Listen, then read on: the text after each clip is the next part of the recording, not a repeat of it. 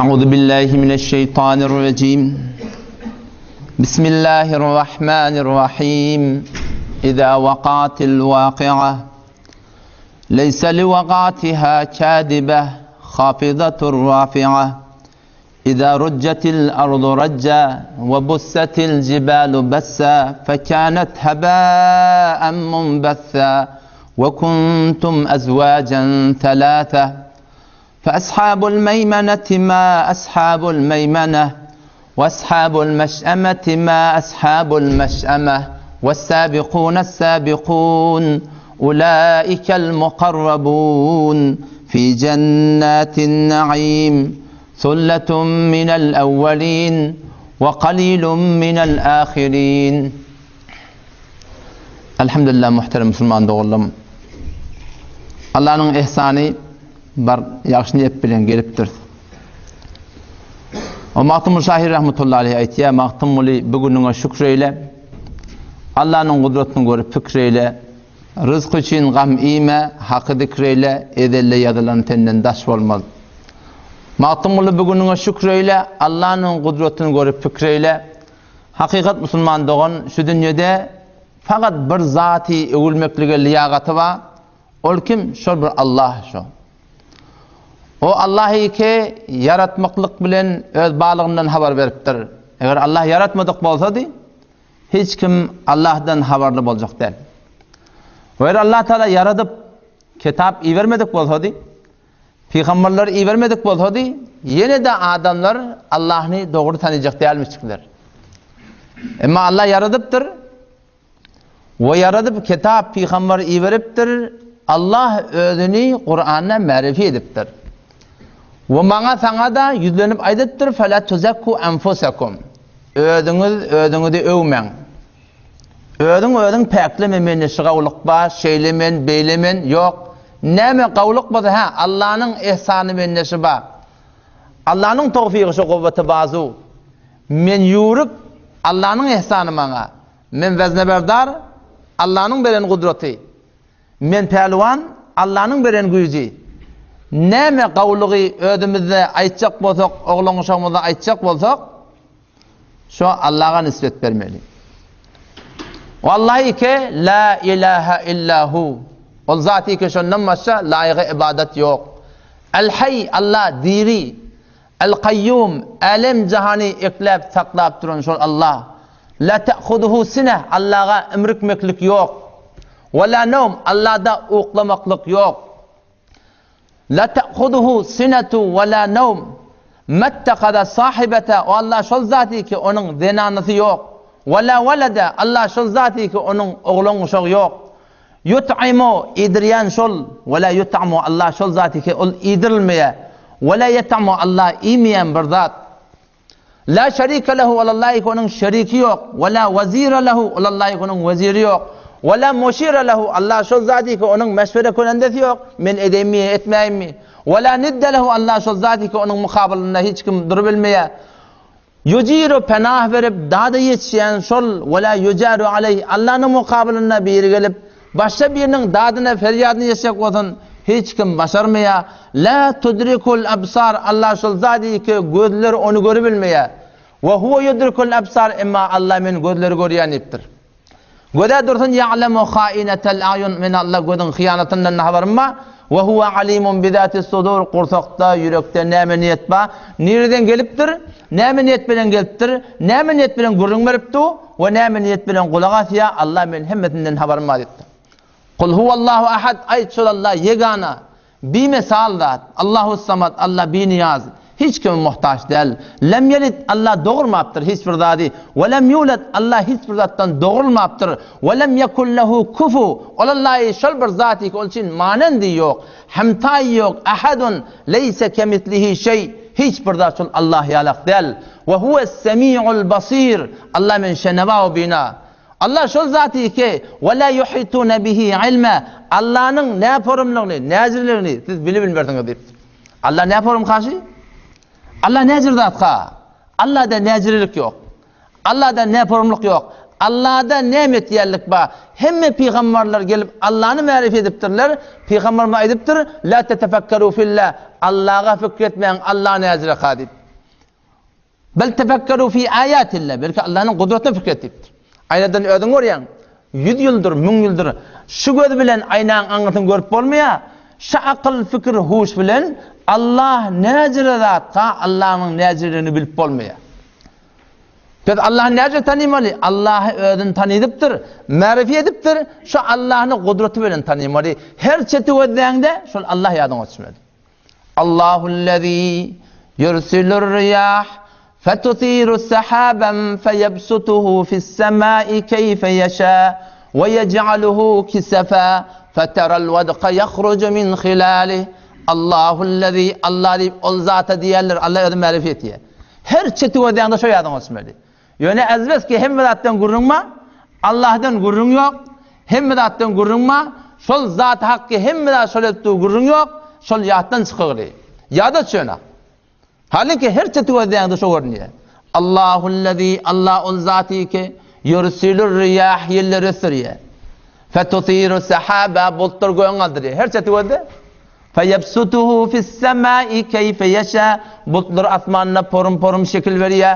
Ve yec'aluhu kisefe. Bulutlar üstüne bölük bölük etiyor. Fetterel vedqa yahrucu min hilâli. Sen görüyorsun şol Allah bulutun arasından yağın yağdırıyor. Kim etiyor? Şol Allah'ın iş. وَلَقَدْ خَلَقْنَا الْاِنْسَانَ مِنْ سُلَالَةٍ مِنْ طِينَ Ödün ödeyende Allah yadın olsun böyle. لَقَدْ خَلَقْنَا الْاِنْسَانَ فِي اَحْسَنِ تَقْوِيمٍ Biz insani behterin surette yarattık. Oğlunuz denanan oraya. Allahullezî ceale lekum min enfusikum ezvâce. Allah deyip şunu diyorlar ki sizin öz vücudunuzdan siz için ayal yarattı diyor. Oğlunuz şunu oraya, altın oraya. Ve ceale lekum min ezvâcikum benîne ve hafede. İnadakım oğlunun ma? Aqtınma kimden şol? Şol yeke şobur Allah'dan şol. İnalekem nezatkadil tuğayıp ayıptırla. Afaraytumul ma'allezî teşrebûn. Allah men soruyor. İçen tuğu görüyorsunuz diyor. Antum enzeltumuhu minel muzn. Bultun şon siz indiriyorsunuz mu? Em nahnul muzn. Yani biz indiriyorsunuz. Şol her çeti ödeyende giyce şondan, günni şondan, giycenin udokluğu, günnidin udokluğu, yulicul leyle fin nehar gödeyine, giyceni günnidi talyan şol bir Allah, ve yulicul nehara fil leyl, günnidi giyce talyan şol Allah, ve yuhricul hayye minel meyyiti, ölüp beten yumurtkadan deneden, dirin çıkaryan şol Allah, ve muhricul meyyiti minel hay, ölüp beten yumurtkanı, dir tavuktan çıkaryan şol Allah, zalikum Allah, şer etiyene kim diyerler? Şona Allah diyerler diye. Ve huvellezî ceale'ş-şemse ziyâ günüvede günün nuru ödünden ne Allah'dan Allah şol zadi ki günü darakşan aylandırdı. Ayın tabanlığı, nuraniliği ödünden ne kimden? Şol Allah'dan. Vel kamera nura ayı taban eden şol. Ay kiçediye ulalya fikretme ki hemin tori mukadib. Belki Allah men etiyen ve kadderehu menazil. Hem biz şunu bölük bölük etiyeti betirler. Menzil ulakya menzil kiçeltiye. Afaraytum ma turun yakyan odunu görüyorsunuz.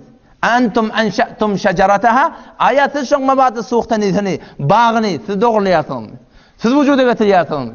Afaraytum ma tahrusun milyar hektar ekiliye ayaşı ekyen yer yurdunu görüyorsunuz. Gawundan, garfıdan, arfadan, buğdaydan. Antum enşa'tum antum tezra'unehu şoň siz gögertiyorsunuz ya biz gögertiyorsunuz. Biz fakat elimiz bıkınımızı vurup fakat ekip başarıyoruz. Qalanı kim etiye? Yeke şobur Allah etiye. Şol Allah musulman doğan meni seni şu dünya bir maksat direkti verir. Bu dünya yüzüne gülümdür. Oğlan kan ulaşsın geliyor. Ulaşsın ölünüsün geliyor. Ölünsen öcet alacaksın. Ulaşsan oğul çıkaracak. Kız çıkaracak. Şakkal ağa giriptir. 40 yaş yaptır. Bari yaş var şunda. Nereye var ya? O dünya karşıyım var. Ölüm bir hakikati musulman doğan ki hiç kim şuna şeki yok. Ama ölümden sonra bir yamaçlardan bir zindagi var. Peygamber ayıptır da İde mâte ibn Adem her vakti ki Adem dağın oğlu men mâte fakat kâmet kıyametu sen öldün mü? Senin kıyametin kayım olduğunu diye. Ebedi bir yaşayış başlayacak. Sığır öldü mü? Zindagi tükönüyor. Eşek öldü mü? Zindagi tamam oldu. Milyon koyun ölüyor. Zindagi tamam oldu. Ama insan öldü mü? Teyde Müslüman doğan zindagi başlıyor. Ama şu hakikata her vakti her zaman anlanmayan adamlar oldu. Allah şu hakikati anlandırmadan çürüyüm, tutup dur insanın yakasından ödüňe oýlan diye. Felyanzuril insanu mimma khuliq. İnsan gözünden nämeden yaradyldy? Biz awwal nerede demiştik? Biz awwal yer demiştik. Ve laqad halaqnal insana min sulalatin min tin. Bidun şek Allah biz insanı yarattık. Palçın çekide o hulasasından. Biz awwal yer demiştik. Qawun gogartdyr, qarfy gogartdyr, mäş gogartdyr, lepe gogartdyr, xiyar gogartdyr, arpa bolupdyr, buğday bolupdyr. Miwalar bitipdir, ene tamyl şonu iyipdir. Hemçinanki biziň işimiz ýalak. Sonra ondan sonra ja'alnahu nutfa, bir damja suw etdik bitir diye. Niye daganda? Fa ja'alnahu fi qararin makin. Ol qaýym qararga enen göwrehni biz jaýladyk diye. Sonra halaqna nutfa ve da'alla merhele aytýar. Sonra şimdi senin gözeştiğimiz biz de oluşmuştuk. Sonra halaqna nutfete alaqa biz şu bir damja suwy qaragan etdik diye. Fa halaqnal alaqata mudga şu qaragany bir bölek et etdik. Fa halaqnal mudgata izama şu bir bölek eti sünkettik. Fa kasawnal izama lahma şu sünkün defenle Allah biz et yedirdik. Sonra ansha'nahu halqan akhar. Ondan sonra biz de inen göwrehine can verdik. Fa tabarakallah ahsanul haliqin. Besyar babarakallah ki behterine andaza kunandik. Suwa kim naqaş etýär? Ýeke şobar Allah naqaş etýär. Suwa şeýlerin çek. Suwa her format en güzäline gelýär. Emma Allah musulman dogan meni seni suwda naqaş edip şu şekli yaradypdyr. Ýöne bir elam edipdir ýöne. Thumma innakum ba'da zalika lamayitun. Siz ondan sonra set derse siz öljeksiniz diýär. Thumma innakum yawmal qiyamati tub'atun. Yamaşlardan siz diriljek. Yamaşlardan görden dirilip turjak. Ne yaparım turmalı gördün? Ebi Rezeynül Ukhayli radıyallahu anh soruyor. Ya Resulallah, keyfe yuhillahul mevta?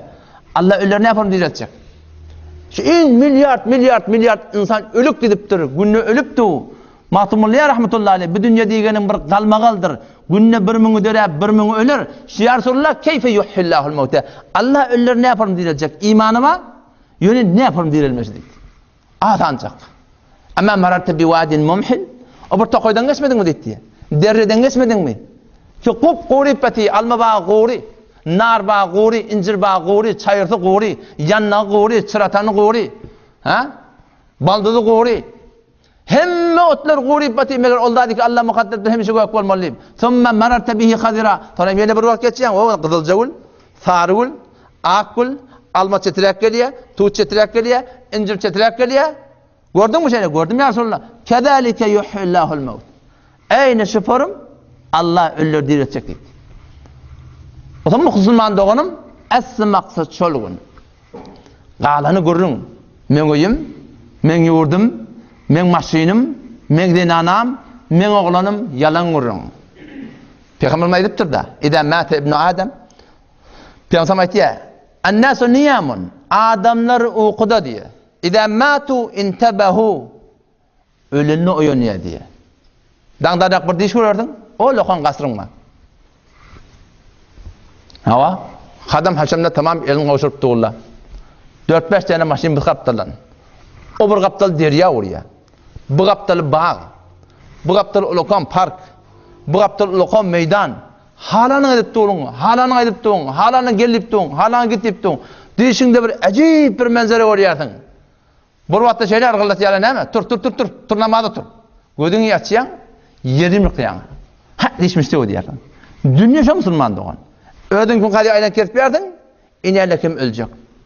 O zaman şoluğunu kayıgatmadan çim Allah bilir. Vallahi billatillah, şu dünya zindagi etmeli yer der. Allah menetin şu dünya zindagi etmeden çim iyi vermektir. Şu dünya zindagi becermeli yer musulman doğan.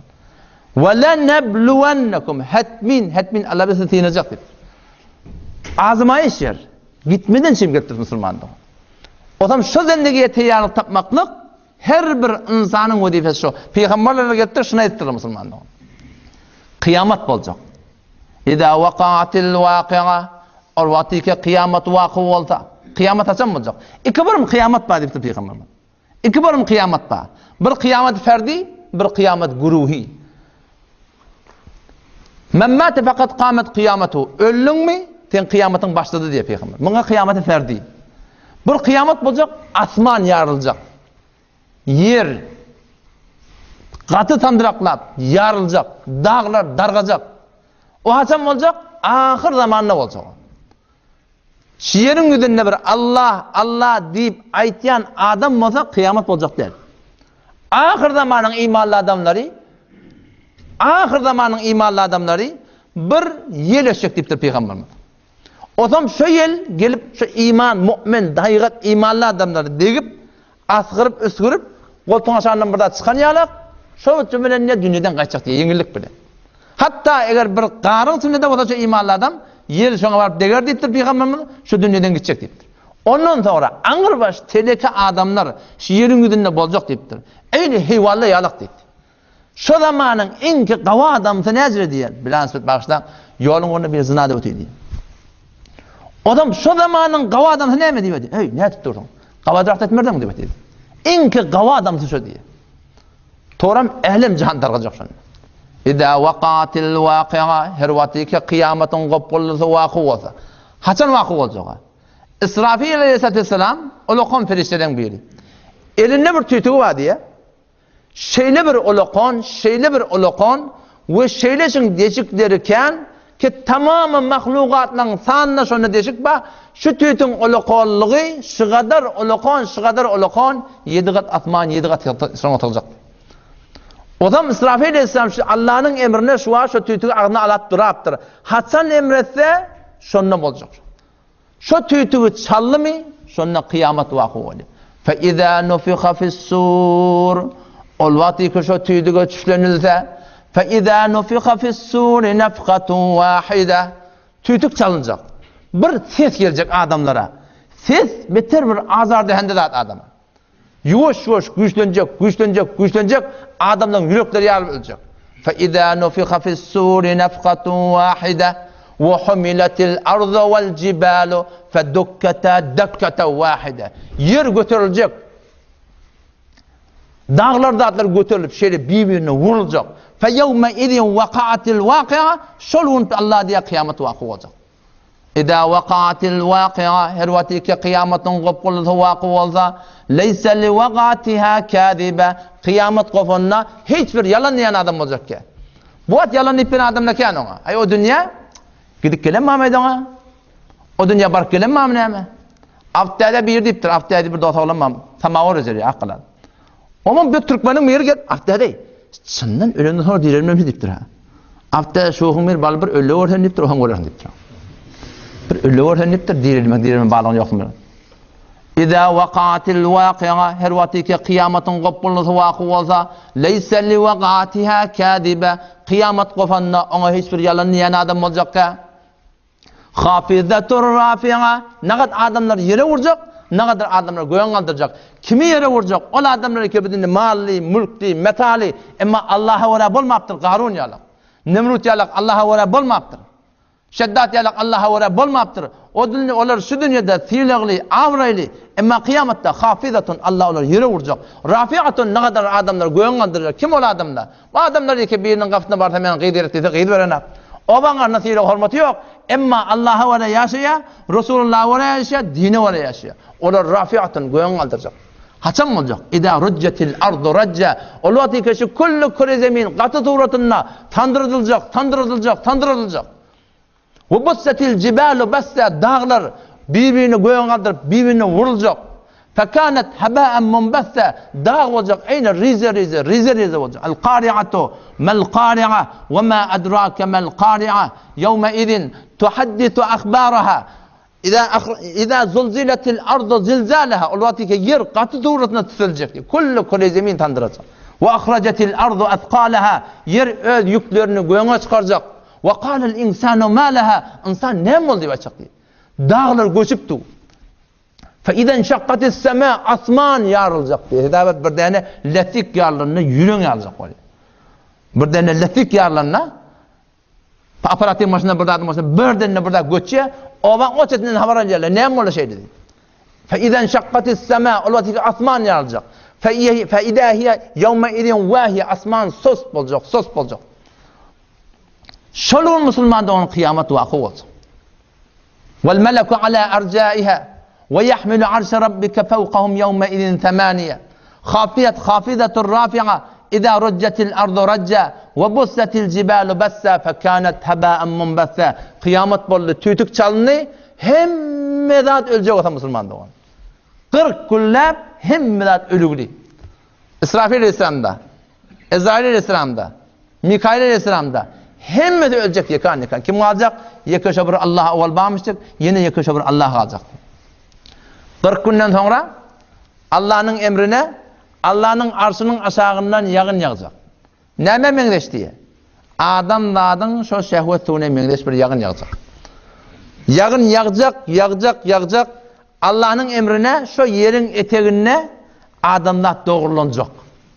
Peygamber ayettir. Kullu ibn Adem yebla ve ya'kulu turab. Adam dağdın oğlunun bedeni her kim olsun, ak olsun, qara olsun, gök olsun, avudun olsun, şekilli olsun, şekilsiz olsun, qıyız olsun, oğlan olsun, dinan olsun, her kim kullu ibn Adem yebla. Adam dağdın oğlunun vücudu inalekem kuma girer yebla çürüyecek dedi. Ve ya'kulu turab kumsunu yiyecek deyiptir. İlla meğer bir sünk var diye Peygamber. Şu sünk çürüyecek ya. Hayır sünk ya Resulullah. Acbu denep qorun sünku diye. Bilen urgan sonku sünku. Onun imtihan ettiril ulamalı. Tahqiq ediptirler. Adam zatda şunyacak bir sünk var. Badam hodiyala qapqara, jabe siyah insan. Demir 1000 derecede qaynaya diye. Şol 1000 derecede hesap olanak. Şol yağıllar damp adamın yank suyalak şol zatları degip Allah'ın emrini etekte adam becerilecek. Ondan sonra göğe çıkacak. Türkmen doğa ya yüzün ak bolsun. Yüzün ak bolsun yani şol gün yüzleri ak bolacak, qara bolacak Müslümanlar. Yevme tebyaddu vujuh kıyamet gün ol bir gün ki yüzler ak bolacak ve tesveddu vujuh yüzler qara bolacak.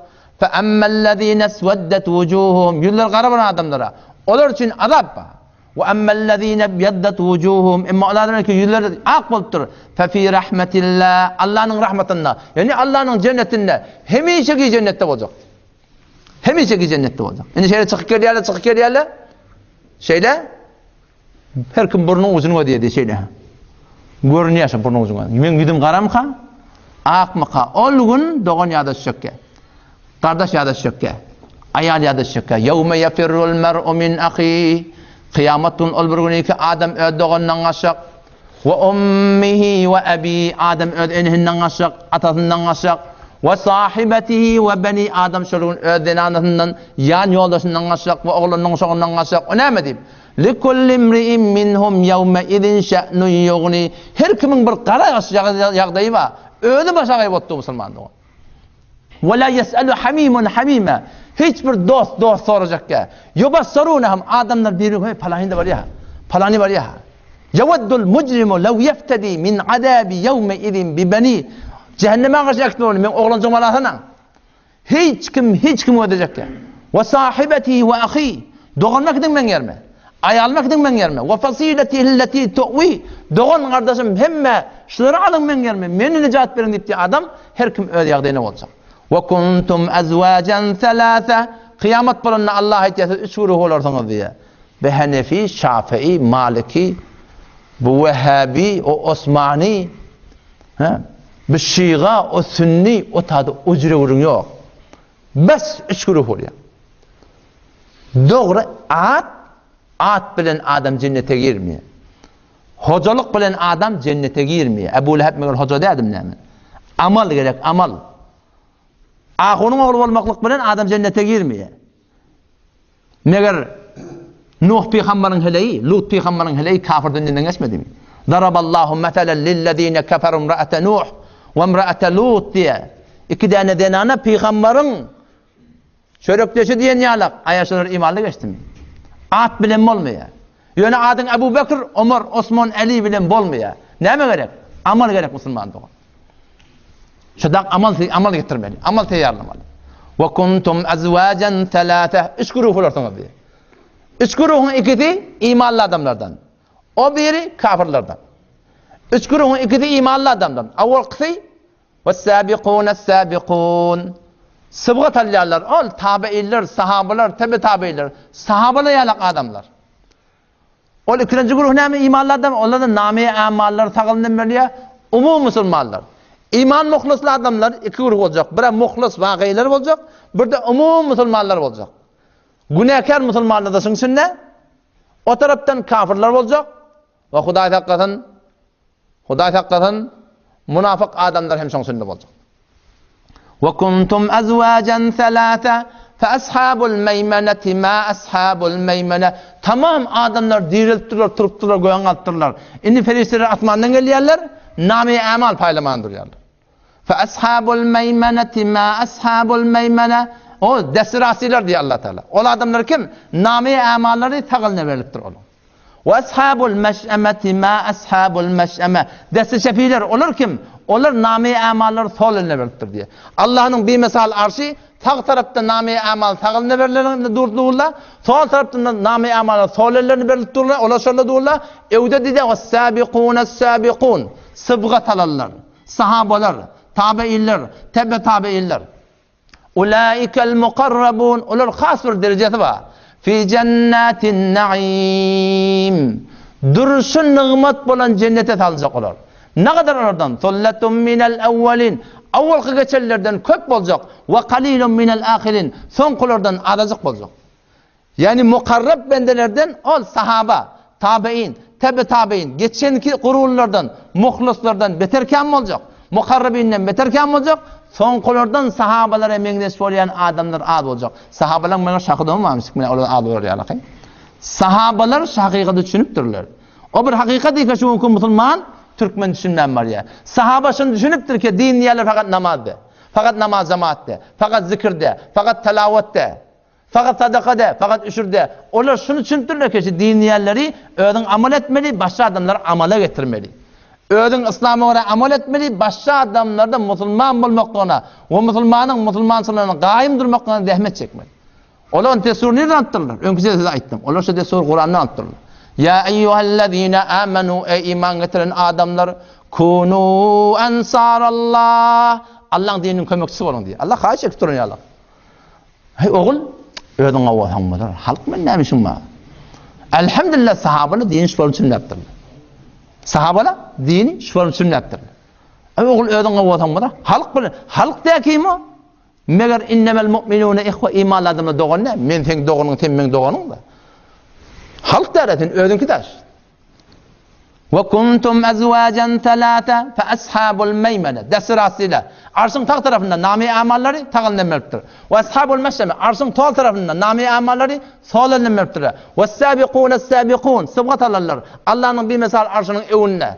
Ulaikel mukarrabun fi cennetin naim. Sullatun minel evvelin. Ve kalilun minel ahirin. Fi cennetin naim. Dursun nimet bulan cennetlerde olacaktır. وَسِيقَ الَّذ۪ينَ اتَّقَوْا رَبَّهُمْ اِلَى الْجَنَّةِ زُمَرًا. Şu Allah'ın cennetine karşı imanladılar. Gruh cennete karşı arkacak dedi. Hatta اِذَا جَاءُوهَا. Ta ki cennetin kapına gelecekler. وَفُتِحَتْ أَبْوَابُهَا. Olan fiilerinden söyleyeyim. Cennetin kapına açılır diye. 8 tane kapı var. وَقَالَ لَهُمْ خَزَنَتُهَا. Cennetin takçıları, negahbarları gelip de valakim selamun aleykum, selamun aleykum. Bima sabartım, sabrettiniz dünyada. Cennet sabırsız ele gelmiyor Müslüman. Ve lenebluvennekum. Allah bize hetmin sinecektir. Hatta na'lemel mücahidine minkum. Biz görelim ya Allah sizin hayti birine zahmet çekiyen. Ve sabirine hayti birine sabret yersin Allah'ın yolunda. Kepene senin kanımız peygamberin kanından koydu ki din için, hak için hetmin kep çekme var Müslümanlar. Ve nebluve ahbarakum. Sizin halat-ı deruninizi Allah'ın imtihan edecektir. Vesveseler geliyor. Gümeller geliyor, şekler geliyor. Şimdi onu duruyan mı ya durmayan Müslümanlar. Allah imtihan edecek. Fi cennetin naim. Dursun nığmat buna. O cennetin kapısına varacaklar. Tekil kapısı şeyle açık dur. Eri işinin arası yani bu kapının işi var ya da o işikten. Cennetin işinin arası 40 yıllık yol diye. Şundan sığman adamlar giriyor deyip Peygamber. Cennete homşöyle görüp anıl kalacak. Ne züren nığmat be. Nerede diyor? Mebniyetun. Becergiliş var. Nerede? 7 tabağın üstünde Allah cennet yarattı. Neyse tabağa? 100 tabağı dettir Peygamber. Her tabağın arası nezire? Şu dünyanın tabağı yok. Her tabağın arası yer bilen asmanın arası. 100 tabağı cennet, bağla terin tabağı cennet, ona cennetel firdevsiye. Cennetel firdevs en ki defeki cennet. Onun defesi arşı ne? Yani sakfi Allah'ın bir misal arşı.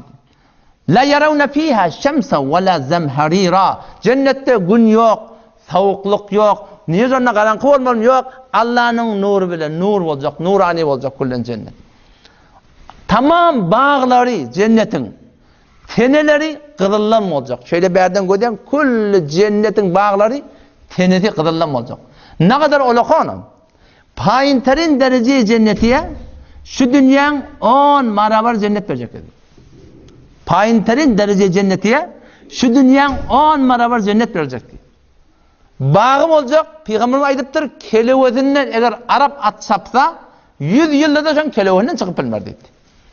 Fi cennetin naim. Dursun nığmat olan cennet. Teneler kızıllan, şahı berkleri kümüşten, bağlarına porum porum meyve var. Bağlarının aşağı yap yaşıl. Aşağından akarlar akıp var ya adam. Akarlar neseden? 4 porum akar var. Metelul cennetilleti ve'idel muttakun. Ol bir cenneti ki Allah'dan korkuyanlara vaade veriliptir. Ne manna? Fiha enharun akar sular var. Min ma'in gayri asin. Saf sade su. O su ki portimiye. Ve enharun min leben. Akar akıp var ya süt. Lem yetagayyir ta'mı. Onun tagamı yutjemiye. Ve enharun min khamr. Arak şerab akıp var ya. Bu dünyanın kere portip var ya yok. Leddetil lişşaribin. İyen içen adamlara beter leziz. Ve enharun min aselin musaffa. Bal akıp var ya bal. 4 tane nehr akıp var ya. Cennetiyle eline asaba diyeyim kızıllan. Fakat işaret dediği şeyle. Ve yufeccirunahum tefcira. Şunun tefsirine geliyor. Halan yana. O süt beri akma şeylerin. Şeyle akma diyor. Fakat işaret gerekti. Ve lehum fiha min kulli temerat. Halan mivan Allah'ta da şunu gerekti. Bu mivaları defeden aşağılar, akarlar, yap yaşıl her yerde tahtba ala sururin mevzuna. Tahtlar olacak. Simhaye telayı bilen tükürüldü. Avudan tendeliler, avudan tahtlar, fi cennetin aliye bulant mertebe cennetlerde, ala sururin mevduna, muttakiine aleyha mutekabilin. Ho cennetiler kaygısız yaplanış vatıyla diye, o yaplanış vatıyla. Akarlar akıp var ya, hemme mivolar doğru, duruş veren nığmat, inni hıtmatçı gerek, ödün yolmalı mı? Yolmak gerek gel. Yed'un fiha bi kulli fakihatin aminin. Mivaları kaygısız çağıran portakal berik geldiğinde şeyler. Şeftali berik geldiğinde şeyler. Yed'un fiha. Allah cenneti vasfetti. Sahabalar cennete aşıkmıştır şurada. Haçan ölüp bolurka, haçan girip bolurka. Şuna aşıkmıştır. Yed'un fiha bi kulli fakihatin aminin. Ondan başka hizmetçiler var. Yetufu aleyhim taşlarına tavaf edip dururlar, aylaşıp dururlar diye. Ne mi? Vildanun, gül yağacak, 12, 13, takkal mort çıkmadık oğlancıklar var dünyada. Muhalladun, hemişe nevcavan. Taşta oran hizmetinde teyyar. Ne bilen? Bir akvabin, cennetin kuydeleri bilen. Kuydeler var diye, çürünü var diye. Livallar bilen, ve abariyaka, kuydeler var diye, çürünü var diye. Ve ka'sin min ma'in, o cennetin akarları akbar, bal akbar ya. Süt akbar ya. Arak şerab akbar ya, şundan doldurup getirtir dedi şey. Ve fakiyetin mimma yetehayyerun. İçiyardın, kanmak yok. Derlemek yok, men derlevatin. Azıgmak yok, doymak yok, kakılık yok, burnundan su gelmeye. Kıl emmanla ne kavat yerinde, ne buutta, ne baldırda, ne kursakta, ne takkal, ne murt, hisa, jordan murt, saf sağda olacak. Ehli cennet, erkekte şeyle olacak, denanete şeyle olacak. Saf sağda olacak. Meridlemek yok. Darıymak yok. Ölmek de yok. Ölümü getirecek diyeyim, ölümü. Ölümü bir ulukon koçyalığa getirecek diyeyim. Yahya aleyhissalatü vesselam tenha peygamber yikeşi yerin yüzünde Allah'ın yolunda onun kellerini getirtirler. Şu Yahya aleyhisselam çağırılacak, eline de bıçak, şu ölümü öldürmeli. Ölümü öldürecekler, elam olacak cennetilere. Barın cennette hemişe ki. Şöyle bir hoşluk olacak. Cennetilere son yerle hoşluk hiç tatlı olacak. Cehennemilere elam olacak. Barın cehennemde size de hiç çıkmak yok diye.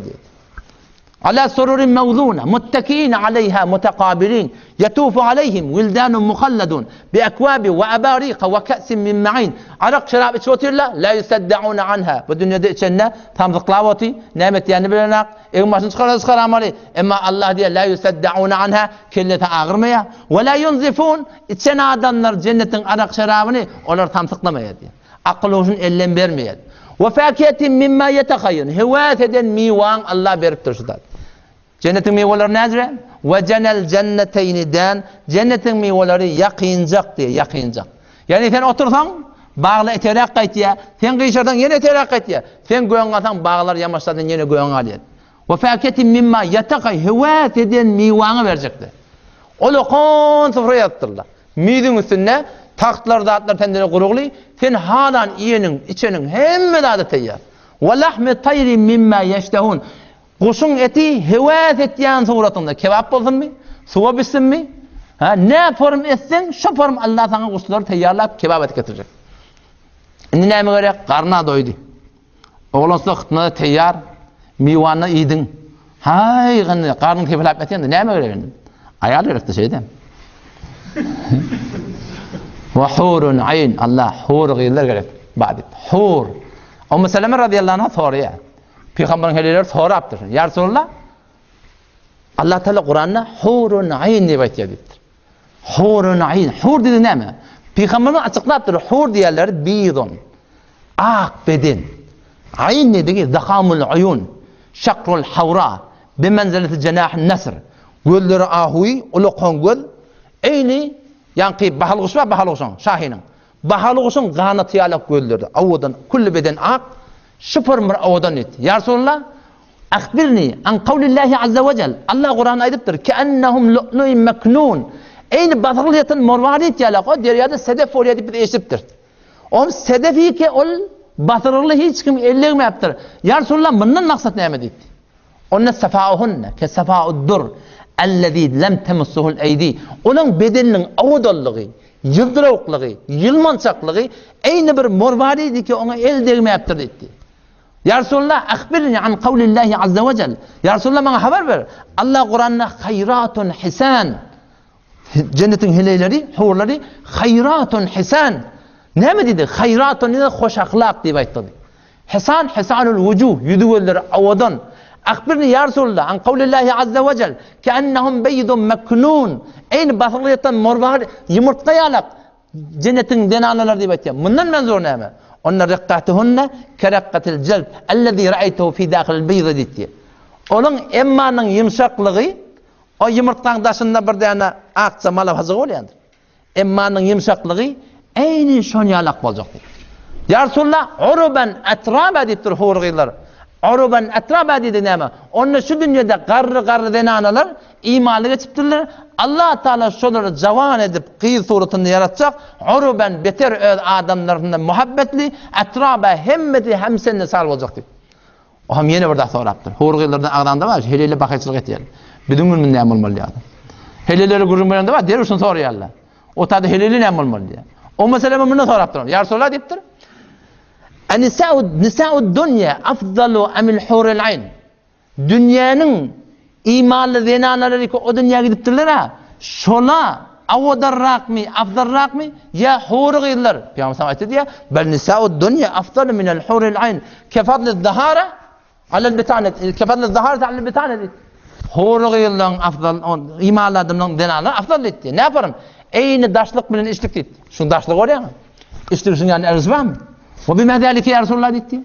Ne mi deyip şu dünyanın imanlı denanaları o dünyanın hurgiylarının avadan olmalı. Peygamber cevap verdi. Bu bi salatihinne namaz okuyorlar diyecekti. Ki hurgiylar namaz okuyorlar. Ve bi siyamihinne arada tutarlar diyecekti. Ki hurgiylar arada tutmaptır. Ve bi ibadetinillahi teala Allah'ın aydan nur'a balarlar diyecekti. Elbesallahu vucuhahun nur. İmanlı denananın yüzünden Allah'ın nur giydirecek. Kullu nurani. Ve esâdehunnel harir. İmallarına harir yüfek doğan giydirecek. Esâdehunnel harir. Ondan sonra darakları neyden olacak? Kızıldan olacak dedi. Sıfrul huli. Morvaritleri elengullerdatları tam tarihi avudan olacak dedi. Bidul elvan. Renkleri ak olacak. Hudru siyab. Egmaçları yaşıl olacak. O tam şol cenneti hurg'iylar she'r o'qiyacaqlar diyor.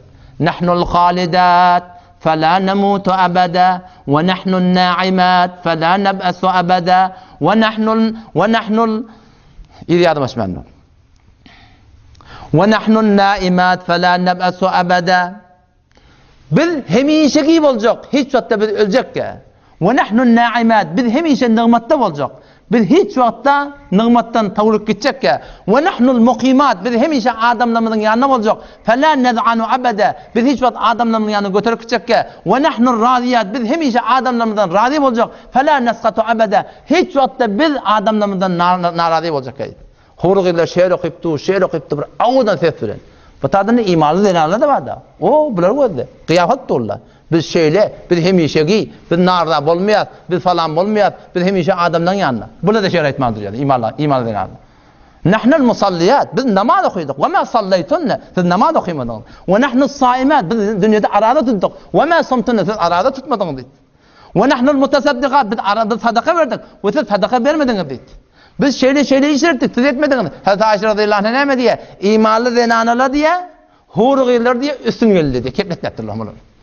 Ve hurun ayn keemthalil lu'lu'il meknun cezaen bima kanu ya'malun. Cennet ne için verdi Allah Teala? Eden işten kıbalına Allah cennet verecek deyiptir. Türkmen ne diyor şey ya? Mağlayına yadıqlar cenneti cehennemiyle. Şey diyeceğim ki ya. Onu yadıqlar mıydı? Eğer yadıqlı olsa Kur'an ne için yaptırır? Peygamberler ne için yaptırır? Akıl ne için yaptırır?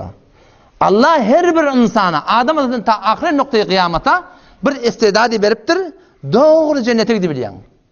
Peygamber ayet ya, "Ma minkum min ahadin illa ve lehu menzilan." Sizin hiçbir gayriniz yok. Meğer siz için Allah iki tane öy tayarlap koyuptur. Menzilun fil cennet ve menzilun fil nar. Biri cennette, biri cehennemde. Fe immate bir adam ölüye, fe dakhalan nar naud billah cehenneme giriyor. Ve varithe mekanehu ehlel cennet. Şunun zayini ehl-i cennette miras alıyor diyor. Allah iki tane öy tayarlap koyuptur. Kullu Kur'an açsangda hiçbir cehennemi Allah'dan algılla havada men Allah'ı mağlama yargılamıştık. Men şunu için cehennemi ol dimiye şunu. Fi cennati yetesaalun. Ehli cennette soruyorlar. Cehennemme arada perde koyuptur. Arada perde var. Nimet o tarafa geçene, azap da bu tarafa geçene. Şunu görecek ve görüp başarıyorlar. Fi cennati yetesaalun anil mujrimin günahkarın soruyorlar. Ma selakakum fi saqar? Ne cehennemi olun? Qalu awwal khib lam nakum minel musallin. Namaz okuymadık. Ve lam nakun nut'imul miskin garip qatar gözlemiyat. Ve kunna nakhudu ma'al khaidin. Zindagim bihude geçecek. Ve kunna nukazzibu bi yevmiddin kıyametun inkar etti. Zindagi bihude şu yolun ona zaman onu atıyor. Hücre deden otada boş yat. Hücre deden bu tada boş yat. Yani yolun onu atıyor yani. Bihud. Tükanın başında o da iki açıldı. Üç açıldı. Erti namaz yatıp kalmadı. Hiçbir cenneti, hiçbir cehennemi bağışlar. Men avval mağlayma yadığırlayma her kim bolup berişinden aldı. Ümmeti Müslümanın hayatı bir günahını etsin. Ben İsrail'de bir kavim oldular. Onları Allah Teala imtihan etti. Allah diye etmediler, Allah'ı imtihan etti. وَاسْأَلْهُمْ عَنِ الْقَرْيَةِ الَّتِي كَانَتْ حَاضِرَةَ الْبَحْرِ. O deryan kenarında yaşayalmıştı. Onlar Allah hükmettir. اِذْ يَعْدُونَ فِي السَّبْتِ لَا تَأْتِيهِمْ حِيتَانُهُمْ شُرَّعًا. Şemmevun balık tutmalılar deyiptir. Qalan onu tutacak, onu tutuvermedi. Bu da Allah'ın imtihanına. Bol çoluk bolarmışık şemmevuni. Qalan onu balık gelen aktı yani. Kebirçemek yok. O zaman ola bir yol oynadılar diye. Derya şu olsa, kaptanların olokon ıstahırlar kadılar diye. Balık kebirçekte akarak ayt ya da. Onu sudan ne olurlar diye, şemmevuni onun akaraktırdılar diye. Kebirçekke angri berli hemen sonra girdiler diye. Ne mi dediler diye. Balık tutmak kim dedi diye. Öyle geldi adettim. Elbide ilerinde 3 günden sonra maymun oldu diye. Ene tangevne demek balık yemeden Müslümanların hevre koyunda. Hem sayana azar vermek balık yemeden koyunda. Onun bunun malını Allah birdadıp kulaverdar etmek balık yemeden koyunda. Dükkana barıp qardet yerden evvelin muratda tamamdan verecek bola vermeyen balık yemeden koyunda Müslümanlar. Ama ne bilmez kolumda. Şu Muhammed Mustafa sallallahu aleyhi ve sellem'in hürmetine mesul olundu. Başı istatlar. Şol Hudaýyň ben nedi? Dua edip durşu ummatın hakkında. Cezâen bimâ kânû ya'melûn. La yesma'ûne fîhâ lagvan ve lâ te'fîmen illâ qîlen selâmen selâme. Hemişe selametlik olacak. Bu mukarrab ehli cennetinki. Ve ashabul yemini ma ashabul yemin. Nami amallarını tağılını verirler var. Doğad bir sorulardan olsun. Doğad bir sorulardan olsun. فَأَمَّا مَنْ اُوْتِيَ كِتَابَهُ بِيَم۪ينِ İmma ol ademi ki o nami amal tağırını verecek diye. Tamam nami amallar paylanttı. Soğlanını verirler soğlan, tağırını verirler tağıl. Şu kadar adam hoş olacak sonra. Kıyıracak diye. فَأَمَّا مَنْ اُوْتِيَ كِتَابَهُ بِيَم۪ينِهِ İmma ol ademi ki o nami amal tağırını verecek. فَيَقُولُ hay. Kur'an sormayı tutuyor. Hay. Umukrav. Tutun. Yine kitap okuyun. İnni zanantu anni mulaqin. Min yaqinim madi. Evlab dirilmekliği ba. Fehuve fi ayşetir radiye. Hemişeki radilikten de gide olacak. Hemişeki. Ve ashabul yemin. Ma ashabul yemin. Hoşa bahala ashabul yemin. Olan nığmatı nedir? Fi sidrin mekzud. O yankı mukarrab yankı yakılan var. Cennetiyle. Olan nığmatları guyaka ehli bazar. Taht, mid, nökerdatlar, porum meyveler, porum içkiler, hurugiyler, bunlar için bilen nığmatları guyaka Rusaylan nığmatları yala. Fi sidrin mekzud. Tikensiz bağ darakta konar olacak. Bağlarına tiken olacak ki. Ve telhim memdud. Ötüsüne koyulandıran mevzular. Ve zillin memdud. Uluqan keleve. Ve ma'in meskub. Akıp var ya. Abşarlar her yerden kuyuptu. Ve fakiyetin kathire. Köp meyve. La meqtu'a. Tökülmek yok. Ve la memnu'a. Bundan imeli. Ondan imelle. Memnuiyet yok. Ve furuşin merfu'a. Avadan denaneler bölürsün. İnna enşa'nâhunne inşaallah biz onları has avadan suratla yarattık. Fecealnâhunne ebkâra. Cennetin denalarını Allah biz gıyid ettik. Hemişe gıyid diye. Hadis-i surun zeminine geliyor. Erti tüstaniye kıyamet böyle hem da sunnan peygamberimiz erti kıyametini fe aqulu ya Rabbi va'attani eş-şefâ'a feşeffi'ni fi ehlil cenne yedhulûnel cenne. Peygamberimiz dua edecek ya Allah sen bana dünyada vaade verdin makamı mahmudi makamı şefaati keden ümmetin şefaat edip bilecek deyip ya Allah sen bana vaade verdin. Feşeffi'ni fi ehlil cenne. Ehl-i cennet cennete girme oldu. O günahkar imanlı adamlar cehennemden çıkarmalı. Ya Resul ya Allah bana icazet ver ki ben şunun hakkında şefaat edeyim yedhulûnel cennet cennete girsin. Feyekulullahu tebareke ve teala. Allah Teala sonra ayetecek de kad şeffa'tu lekum. Ben sana icazet verdim. Ve edintu lehum yedhulûnel cennet. İcazet verdim. Cennete girecek ve giramalı. Gel ya Resul gel şefaat et deyip Muhammed Mustafa Aleyhisselatü Vesselam'ın şefaatinin bereketine köp adamlar cennete girecek. Yani burada da Allah'ın amelleri yöne. Şefaat gerek bolsa imanlı şu dünyadan gitmeli. Gurrun sadiyeti. Sahih Bukhari'de geliyor. Peygamber Aleyhisselam aytiyor. Men Havd-ı Kevser'in yanında dum. Bir tofar adamları men ümmetimden cehenneme karşılayıp barıyar. O men onun için ya Allah bilemen ümmetim, bulanı yapar ya Allah. Allah tarafından elan olacak. İnneke la tedri ma ahdathu ba'dak. Ey Muhammed Mustafa Aleyhisselatü Vesselam. Sen bilmeyen bula senden sonra ne ettiler. Yok bidgatlar dörettiler. Halaf-ı sünnet dağıtlar ettiler. Şeriatta yok dağıtlar ettiler. Hemişe şunu bil bidgat diyorlar sogap diye bildiler. Peygamber ne diyecek? Suhqan limen ba'di. Daş olsun ola demek ki benim sünnetime mutabık yaşamadı. Daş olsun diye açacak diye. Sahabe gelecek ya Resulallah men şefaat et. Peygamberimiz doğru yönlendirip açacak. Meğer ben sana aytmadım mı? Men sünnetime göre yaşamalıyım. Meğer ben sana demedim mi? Ben sana dedim ama sen kulak atmadın. Şefaat gerek Muhammed Aleyhisselam ümmetine. Adana dua ediyor. Allahümme Rabbi hadi da'veti tamme ve salatul qaime. Ati Muhammedin'il vesilete vel fadile. Şu makama şefaat edilişi mi diyorlar? Eğer Peygamber'in şefaati bana gerek etmeyin gerek Resulullah'ın sünnetine göre yaşamalı. Defenden daha topuğa çeliyor. Cennet şöyle bir avadan yer. Peygamberimiz Allah Teala icazet verecek. Gelin cennetten şimdi şefaat edecek diyen Peygamber.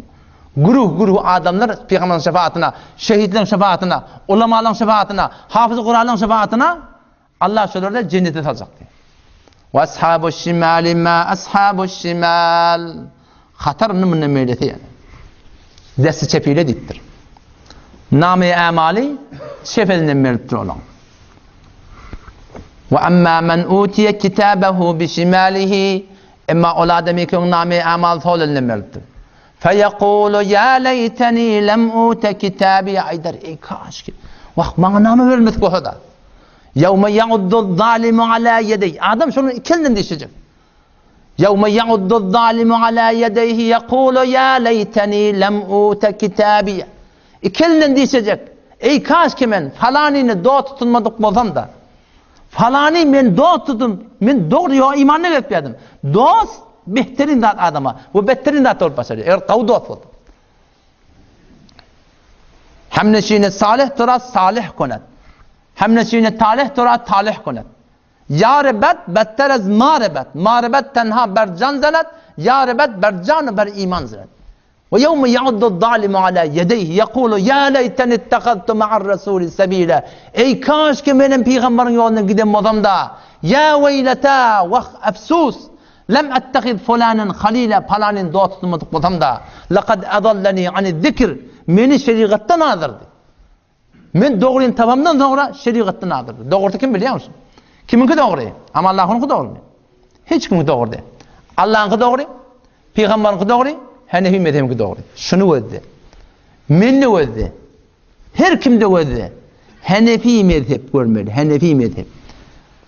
Bir tane minyatür alınga. La ilahe illallah Muhammedur Resulullah. Eteğine Hanefi mezhep. Şundan sonra var. Edecek işini. Ecada var mısın? Cesin tebeli tutmana. Palandat etmeyene. Haydi bir edecek işinde. Allah Resulullah sonra var. Ve ashabu şimali ma ashabu şimal. Desti sebebiyle. Ve amma men utiye kitabehu bişimali. Efsuz diyecek. Ya veylete leyteni lem ettekhid fulanen halila. Ey kaç ki ben falanın doğa tutmadık olsam da. Ve lem adri ma hisabiye. Ey kaç ki ben kitap ne misin bilmedik olsam da. Ya leyteha kânetil kâdiye. Ve şu dünyada öldüm ha. Bir ölüp savulup gittim. Evlep dirilmedik olsam da. Ma agna anni maliye. Ne kadar malım vardı. Malım bana hiç peyda vermedi. Helleke anni sultaniye. Padişahlığım vardı. Hallığım vardı. Sultanlığım vardı. Avrayım vardı. Hiç kaydı bana peyda vermedi. İki dinin kucaklayıp bir efsusiyip adam oturacak. Allah tarafından eylem olacak. Huduhu tutun şunu. Allah mehreban şu dünyada. O tutanağı ne? Yine bir namaz getpiyor. Bir hicab getpiyor. Bet hicab tutanağı. İnnemâ yuakhiruhum liyevmin. Allah bir tutumu ol bir güne giyeceği koyduk. Teşkasu fihil absar. Gözler şöyle açık kalacak diye. Ne mi? Anında cehennem var geliyor. Lakırtıklap geliyor. Tekâdu temeyyizu minel gayr. Cehennem gühürdem yarılacak oluyor kaharına şöyle. Yarılacak oluyor. Lakırtıklap durun o. 3 tane cehennem peygamberine aittir da. Taşındaki divar iğni 40 yıllık yolludur. Böyle. İğni 40 yıllık yol. Süngürlüğü bir dağ şokkatan 70 yıl gider eteğini yetmer dedi. 7 tabağa inki etekti haviye. Ondan sonra laza, ondan sonra hotama, ondan sonra sakar, ondan sonra sa'ir, ondan sonra cehim, ondan sonra cehennem. İnki etekti kimin biliyor musun? Hatar stada. La ilahe illallah Muhammed Resulullah deyip İslam'a ve iman'a ve yaşamadık geçmedik adam. Münafıklan kıya bilans. La inketik haviye münafıklan kıya. La ilahe illallah Muhammed Resulullah deyiptirle İslam'a ve yaşamaktır. Onun sonunda laza Yahudi'yle kıya. Onun sonunda hotama Mesih'iyle kıya. Onun sonunda sakar materyalist'le kıya. Onun sonunda sa'ir mecus ateşperest'le kıya. Onun sonunda cehim müşrik kafir'le kıya. İnki goyanda cehennem. Günahkar Müslüman'la kıya. Altında belkot çıkmak yok. Fakat şu defeki uğruğa çıkmak var. Şeyli bir lakırdıklap duran ot Allah tayarlattı Müslüman doğan. Nerede diye? Rivayetlerden belli olsa şu yerin aşağında diye cehennemde. Cennet göğünde, cehennem etekte. O zaman şu tayda Müslüman doğanım. Ne mi deyli? Şol cennete girip cehennemden nezat etmek anıta atacak şey. Beter anıta ata. Yöne bizi kıyınmalığı. Ne mi deyip? Bizi boyun alamdaksın. Ne mi boyun alamdak? La ilahe illallah Muhammed Resulullah ve yaşamakta boyun alamdak. Bizim müşkülümüz nerede? Birçe kelimede. Şu la ilahe illallah Muhammed Resulullah düşündün mü? He, şunu bilen. O men bey deyip turnawi. Men söz verip turnawi. Şu la ilahe illallah Muhammed Resulullah bana diğer kelime bir nokta. Noktası yoksun. La ilahe illallah sebukterin kelime-i dünya. Keplende dodan imlanak. La ilahe illallah. Şu la ilahe illallah Muhammed Resulullah kelime bir nokta. Müslümanın bir noktası değil. Müslümanın bu noktası kendi. Müslüman önüne nokta koyuptur. Palanda etmeli önemlidir. Şunu bir zaman ona denildi. Kümüştefede denildi. Selamun aleyküm selam havanam. Men namehrem heliyle bilen illesem bolayam. Bolmayam. Ona men yüreğim doğurdu. Meni randi getip barayam. O demek şu randi getip barayam dedi. Nereye öde çırak kırmızı gelecek. Şu çırak kırmızı devlet şu dünyanın pasatı koyup dur dedim. Men yüreğim doğurdu geçsem dedim. Cerime bolar mı ya bolardın? O şu dünyanın pasatı kanunu düzenlesinden gözün yum geçende eğer cerime olayan bolsang, olam Allah'ın koyun kanunu. Kur'an sünnete göre yaşamalı. Yürek doğruluk kaçan, ol bir yerdeki amal doğru oldu. O zaman şu taydan inşallah Teala zindagimizi Kur'an'a ve sünnete göre yaşamakta Allah dedi. Zahmet çeker özümüzde hanımlarımızda vaktlar bir hut geçirmeyeli. Elhamdülillah bu tarzda hücre var, o tarzda hücre var, o tarzda hücre var. Vaktlar zamanla olur. Kıymeti edin. Barın hücrelere vakt koyun. Şu dine vakt koyun. Dünya zahmet çekmeden gelmeye değil mi? Yatan nokta iyim yok diye Türkmen şunu düşündü. Vay yatan nokta iyim yok, yatan adama din yok da. Şu dine zahmet gerek şuna. Öz için hut sazi, derzemin hanımade sazi, derzemin digeran sazi. Barmanı şu Kur'an aşana hol. Men haçan vaktıma. Moğollardan gelen vaktan haçan men Kur'an öğrenip bilen. Şu Kur'an erti kıyametin ulukan davagar diye peygamberimiz. Şun şefaati peygamberlerin gönde diye eğer şunu doğrudurulsa. Bunun davası peygamberlerin gönde diye eğer şunu doğrudurulmadı. Kur'an'ı ödüne şefaatçi etmeli. Şunu okuymalı. Halal haramdan hemek akım olmalı yok ki. Yani halal haramdan sen kemezkem Hulasıl Keydani Fıkhı Müyesser bir yengilce kitap halaldan haramdan. Her kim akım olmalı ama her kim alim olmalı Müslüman. O zaman şu taydan sonra inşallah vakt koyuyor. Öz hanım adamı da elhamdülillah düşenme gün Behruzan'ın önüne denalara saate çare kadim denalara gurrunma. Bir saat 45 dakika. Onun için zahmet çekeydi. Denalarda iki tane sıfat var. Bir de ken ağlayarlaşırlar. Bir de ken kepleyarlaşır zaman. O zaman şun keplemesi dine vurdu. Ağlamasa Huday'da ne vursa var ha. O zaman sen dünya akırının abad edeceksin. Harçlan ağlayacak.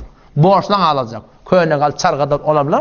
Şun yüreğine kıyamet düşse, yüreği yok o zaman hatta. Bu dolansa çından dolanıyor. Menden tenine uçuyor. O zaman inşallah Teala şun hakkında, Kur'an'ı öğrenme hakkında, ilmi öğrenme hakkında, o baştaki Müslüman doğrulamada inşallah hayırhah oluyor. Nece inşallah Teala. Allah tevhimize tevfik versin. Vesselamu aleyküm ve rahmetullah. Ya Erhamerrahim. Ya Erhamerrahim. Ya Erhamer. Allahümme salli ve sellim barik ala Habibik Muhammed Mustafa sallallahu aleyhi ve sellem. Ey Allah Erhamerrahim. Mucibut davatın seminun. Ya Allah. Lezi la ilahe illa. Ente Errahmanirrahim. Entel melikul kuddusus selamul mu'min.